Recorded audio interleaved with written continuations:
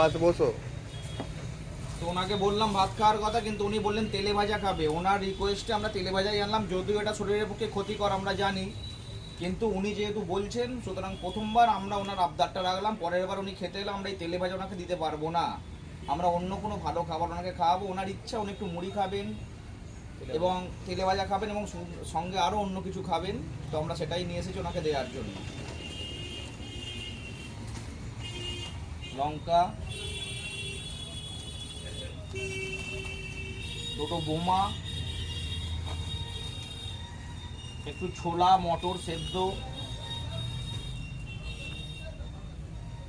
ভালো লেগেছে? হ্যাঁ, খেয়ে নেবে, নষ্ট কি করবে না। বৃহস্পতিবার এখানে আসবে, বসিয়ে ভাত খাওয়ানো হয়। বৃহস্পতিবার এখানে সকাল 12:30টায় চলে আসবে, এখানে বসিয়ে মাংস ভাত খাওয়ানো হয়। লক্ষ্মীবার, বৃহস্পতিবার, হ্যাঁ বৃহস্পতিবার আসো।